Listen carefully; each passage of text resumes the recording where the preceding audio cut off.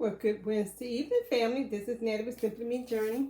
Well, family, check this out. I washed dishes. Nice clean sink. Well, why is my water jug sitting over there when I usually have it sitting between the refrigerator and the stove?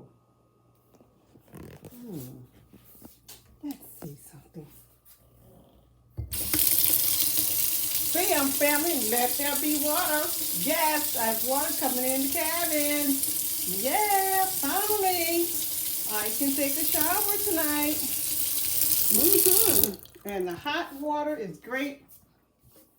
So I had a chance to wash my dishes, put them in my little, this was a gift. Yep, my little dish drain. And out with the old.